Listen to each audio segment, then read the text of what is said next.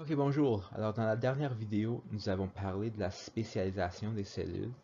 Euh, Dans cette vidéo, on va parler de la façon dont les cellules spécialisées peuvent se rejoindre pour former des tissus.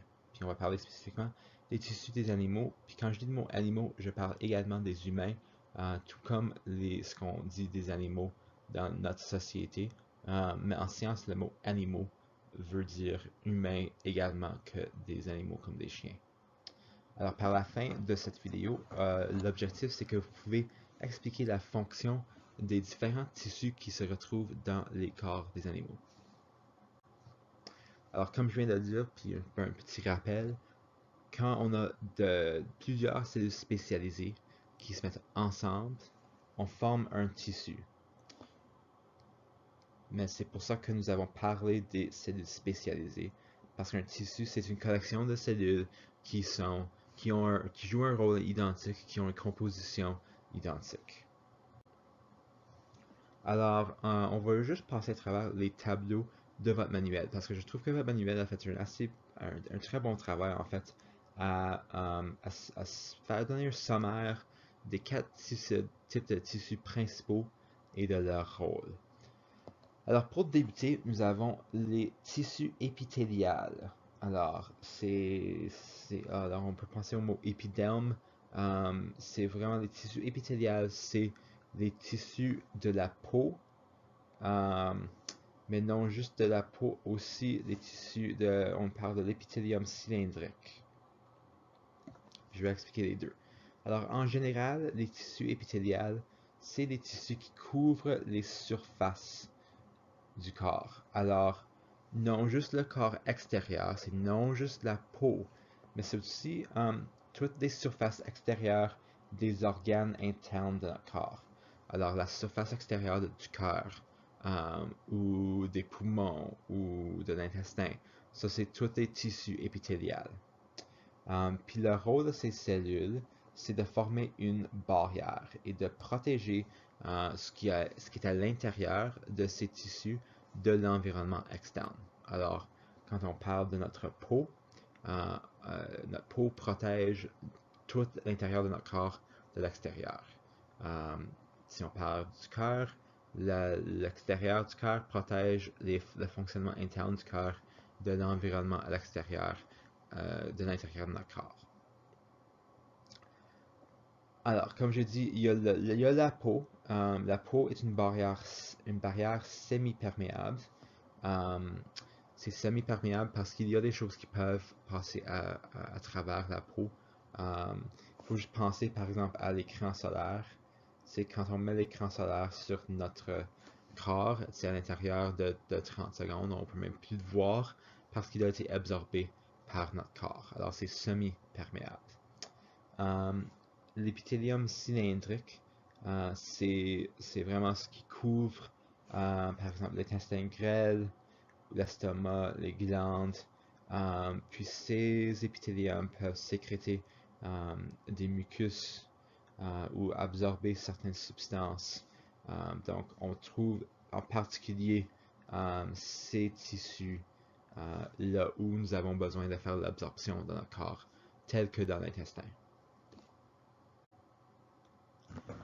Ok, nous avons les tissus musculaires. Alors, tout ce qui a rapport aux muscles dans notre corps.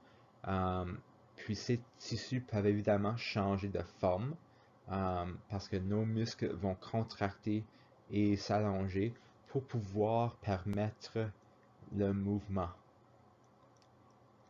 de notre corps. Okay? Sans les tissus musculaires, nous serons complètement incapables de bouger. Alors, on a différents types de cellules musculaires. Nous avons les muscles squelettiques. C'est les muscles qui sont fixés aux os et qui vont bouger les os pour permettre le mouvement. Ils se trouvent vraiment partout dans le corps. Vraiment, là où on a des os, on va trouver ces types de muscles. Nous avons les muscles lisses, c'est ceux-là qui se retrouvent dans les vaisseaux sanguins et dans les organes internes comme l'œsophage et l'estomac. C'est les muscles qui permettent à, par exemple, les vaisseaux sanguins de d'être flexibles, de bouger, de permettre le mouvement des vaisseaux à l'intérieur de nos veines. Et dernièrement, à l'intérieur du cœur, nous avons des muscles cardiaques. Et c'est des muscles qui vont permettre le mouvement du cœur pour pouvoir pomper le sang. Ok, troisièmement, nous avons les tissus nerveux. Et c'est vraiment les tissus nerveux qui permettent à notre cerveau de communiquer avec le reste de notre corps. Okay. Alors, les tissus nerveux sont constitués de neurones. Les neurones sont une type spécifique de cellules qui vont recevoir et transmettre les signaux de notre cerveau au corps. Puis c'est à cause du système nerveux que nous sommes capables de coordonner nos actions. C'est à cause du système nerveux que mon cerveau peut dire à ma jambe de bouger pour me permettre de marcher. Sans ce contrôle par le cerveau, oui, peut-être je serais capable de bouger, mais je ne serais pas capable de contrôler la façon dont je bouge. Les neurones peuvent aussi recevoir des renseignements sur l'environnement. Alors, par exemple, sentir la chaleur, les textures,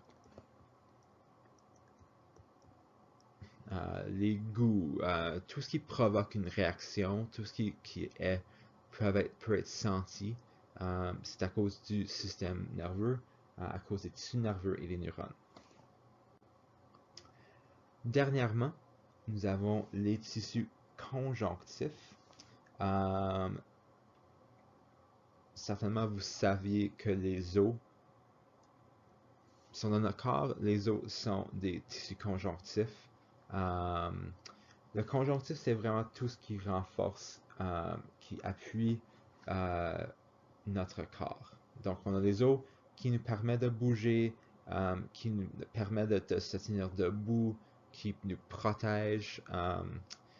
Nous avons les graisses, qui sont des tissus conjonctifs, qui sont trouvés tout partout dans notre corps. Et les graisses vont stocker de l'énergie. Ils vont nous protéger des froids, des chocs. Donc, c'est vraiment les graisses ont un élément protectif ainsi qu'un élément nourrissant à notre corps. Et dernièrement, nous avons le sang, qui évidemment est essentiel à la survie. C'est à cause du sang que nous pouvons transporter les nutriments et l'oxygène aux différentes composantes de notre corps. Et le sang va combattre les bactéries, les virus, nous garder en santé. Mais le sang est un tissu. Peut-être une surprise pour certains. Moi personnellement, je ne pensais pas au sang comme un tissu. Mais les tissus, c'est juste un regroupement de cellules qui sont spécialisées de la même façon. Donc, par cette définition, on peut certainement penser au sang comme un tissu. Mais le mot tissu pour plusieurs va engendrer des pensées aux muscles, par exemple.